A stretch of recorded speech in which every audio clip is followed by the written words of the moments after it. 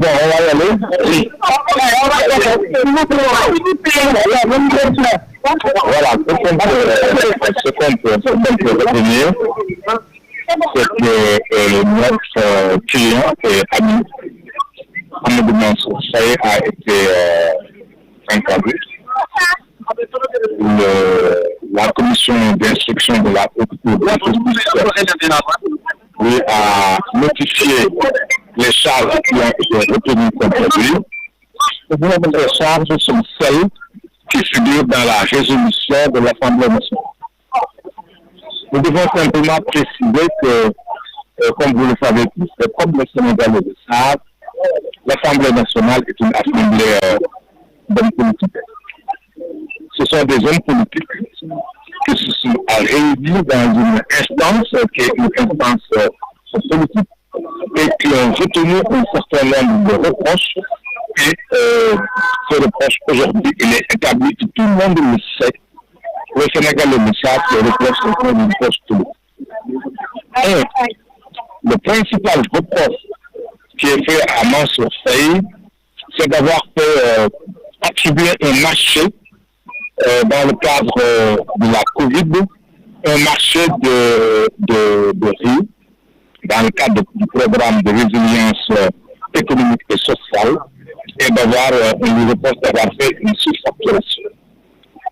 Il est établi, les avocats l'ont démontré à suffisance.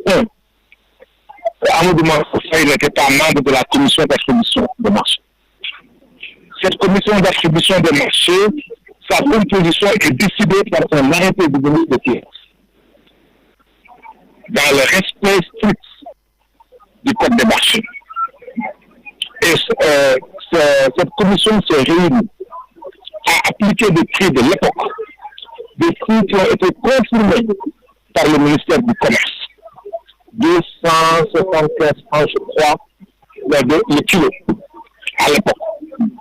Et M. Mansour Faye n'a pas fait le marché, il n'a rien fait. Nous avons prouvé, il est à suffisance, qu'il n'est absolument à rien intéressé, ni dans le marché, ni dans quoi que ce soit. Ça, c'est la première chose. La deuxième chose, nous avons démontré à suffisance que nous avons prouvé avec éléments à l'appui que c'était un appel d'offres. Un appel d'offres a été lancé, 30 sociétés et personnes ont soumissionné. 30. Et chaque soumissionnaire a vu son dossier traité, étudié. Et le PV de la réunion a été publié. Et ce sont les mieux-disants, les 4 mieux-disants. Et en droit, on les appelle les moins-disants qui ont été choisis. Et ce n'est pas Mansour Faye qui les a choisis.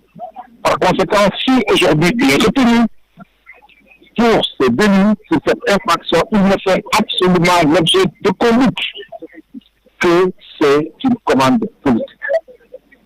Parce qu'il n'est en rien concerné et il l'a démontré. Il n'était pas obligé de faire des déclarations. Et il l'a fait. Ces déclarations pour apporter à preuve qu'il n'est pas. Malgré tout ça, malgré le fait que nous avons déposé une requête au fin de contestation sérieuse, que notre requête, nous la communiquerons. Pour une fois, nous avons décidé de communiquer à la presse les documents que nous avons déposés pour que les journalistes que vous êtes, historiens du présent que vous êtes, que vous soyez au courant de ce que nous avons fait, que vous soyez informés avec précision de nos requêtes, que vous les lisiez, que vous compreniez et que vous passez l'information. Chacun naturellement avec sa ligne éditoriale, mais que l'information puisse être portée au public et vous vous rendrez compte que Mansour Faye n'a rien fait. Malgré tout ça, un certain nombre d'infractions ont été retenues. Il a été mis sous mandat de dépôt. Alors que il y a des contestations, 2, il y a une offre de cautionnement. Rien de tout ça n'a été retenu. Et il s'ajoute enfin que nous avons déposé également une requête en inconstitutionnalité de la loi. Nous avons la désagréable sensation qu'on ne nous a pas écoutés. que si on nous a écoutés, on nous a entendus. Si on nous a entendus, on ne nous a pas compris. Qu'est-ce qui a été proposé de caution? C'est pas le plus important. Est-ce que vous avez Ce n'est pas le plus important. Je vous ai dit qu'on a fait une offre de cautionnement. L'offre n'a pas été acceptée. Combien? C'est pas important, je vous le dis. Je pense que c'est pas le plus important. La seule chose qui compte, je ne répondrai pas à cette question, je vous le dis, n'insistez pas. Je vous ai dit que ce qui est important pour nous, nous avons fait une offre de cautionnement. Cette offre de cautionnement a été rejetée, premièrement. Deuxièmement, nous avons fait des contestations sérieuses. Les contestations sérieuses n'ont pas été acceptées. Troisièmement, nous avons déposé une requête en inconstitutionnalité de la loi. Cette exception a été rejetée. Et nous avons dit que pour vous mettre à l'aise, pour vous informer, nous avons décidé exceptionnellement. Nous n'avons pas besoin de fuite. C'est nous qui vous donnons les différents documents que nous avons déposés, notamment la requête en contestation sérieuse. Nous vous la donnons. Et nous demandons simplement que si nous avons vos mails et vos numéros WhatsApp, nous vous les donnerons. Que quelqu'un fasse le nécessaire, qu'il me les donne. À l'instant où je vous les donnerai. Vous allez dire rapidement à Wolof. Waa tey dafa am loo xam ne bi faaw ñu wax ko nit ñi ba ñu xam ko. Kon tam nag dañ di ci kàllaama la. Bu ngeen ko yëgee assemblée nationale moo jóg wote ne dañu bëgg ñu àtte. Xam ngeen loolu lu gën a doy waar la ndax fii Sénégal li ci ëpp bokk képp ku ñuy àtte procureur moo lay jël yónnee waaye bii du procureur moo ko yónnee assemblée nationale moo ko jël. Assemblée nationale nag ak lu ñu koy mënti respecté ak lu ñu mënti doon assemblée nationale la boo xam ay politiciens ñoo fa nekk.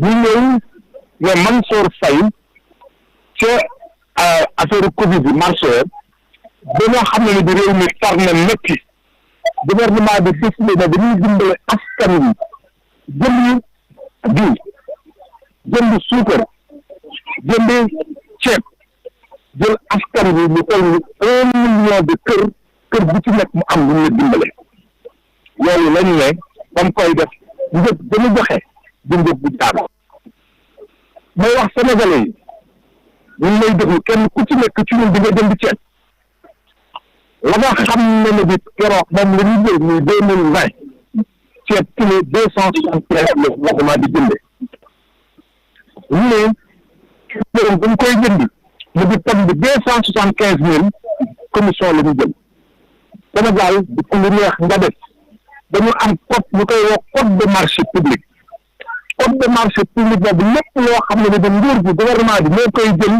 foofu lay lalu code de marché public dafa mel ministre des finances te ministre boobu la fépp foo xam marché am na fa marché mooy loo xam ne bi ak contrat la ñu fay liggéey dañ koy def commission boobu la ministre bi bokk ci yoon moo ne ministre bokk ci pour gouvernement bi nekk nit la yoo xam ne bi dañ lay siège ba ko dañ ko defee ñu ñëw bind le gouvernement dafa soxla 1000 tonnes de ceeb alors bi nga xam ne bi bëgg nañu bokk ci marché bi dañ ko defee ñu jël ko yóbbu ko Soleil yóbbu ko ci yeneen journal yi dañ ko yóbbee ci journal yi mu am fanweeri société ak nit ñu tontu ne ñoom bëgg nañu bokk ci marché bi kenn ku ci nekk jël sa dossier bi déposé ko dañu déposé seen dossier commission bi xayma ko jàngat ko mu ne li ma gis am na ñeent ci société yooyu la ñoom ñooy li ñu koy wax mooy bugaan ñoom ñooy seen li ñu seen njëg dana baax ci njëg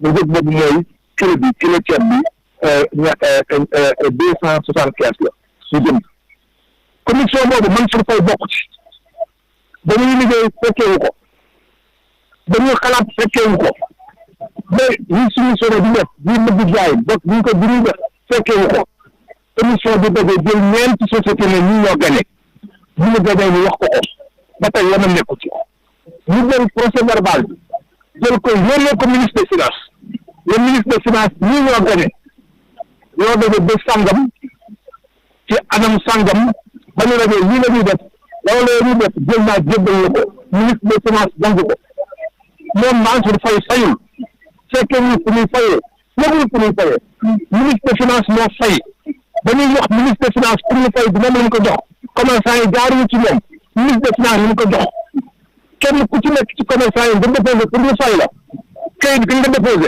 déposé wu ko directement armée nationale moo fa nekkoon armée bi gendarmerie vérifié gendarmerie mooy xool ndegam yow la nga demee mooy bokk na ci li nga demee ndegam la nga demee bokk na ci li nga déposé ñu xool ne déposé ko mu bëggoo ko ci mairie jox ko ci kër yi gendarmerie tamponné ci gendarmerie tamponné ñu jox ministre des finances fay yoon mu toog naa si fay yoonam nekku ci yëgul tinul fekkewul waaye dafa fekk ne lu aay pour lu am dañ koy wax Mansour Faye deful dara yëgul tinul lenn la def te la muy def nag moo ko tey yàllaa ko def mu ngi tudd Mansour Tontu Faye Marème Faye mooy magam Macky Sall mooy borom ñu ngi wut Macky Sall mënu ñu ko jotuñu ko ñu ngi wut magam jotuñu ko ñu ne ndegam nag jotuñu goro bi jotuñu mag ji moom lañ ko téye ñun loolu la ñu gisuñu laneen bu dul loolu ndax amul benn yoon boo xam ne bi lee ñu wax ne moo ko def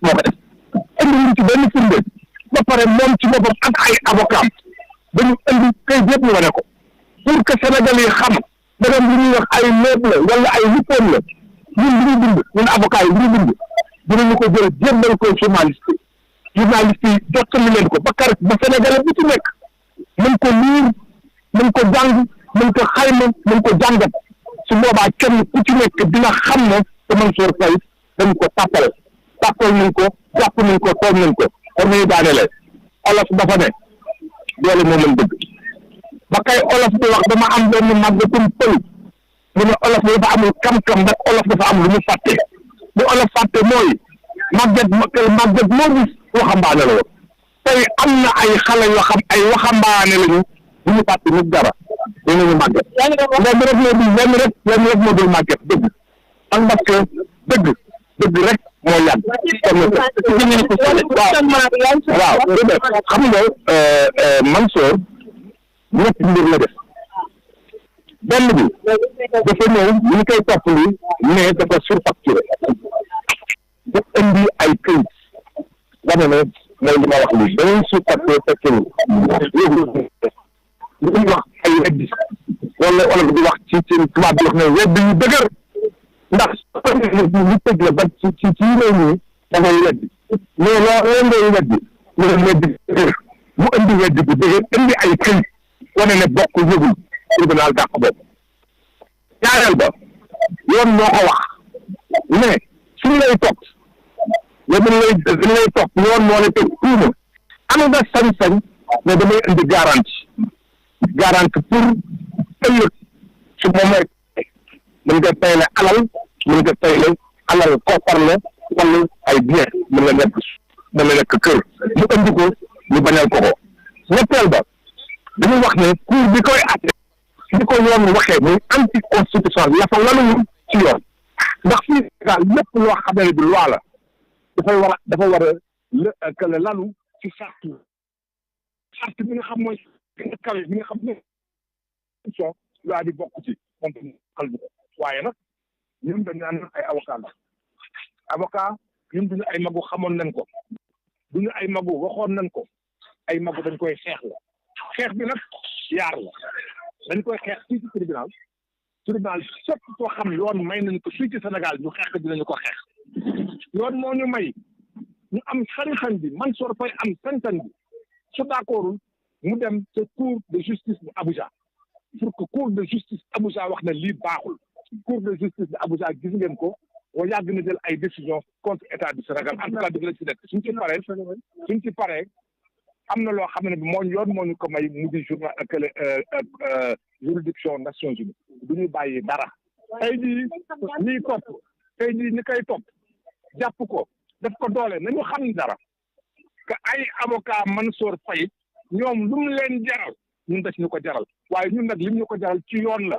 du ñu def dara dul ci yoon fépp foo xam ne si dinañu ko xeex lépp loo xam dinañu ko xeex dina ci ànd ak fulla dina ci ànd ak xarañ dina ci ànd ak fit ak jom dinañu ko xeex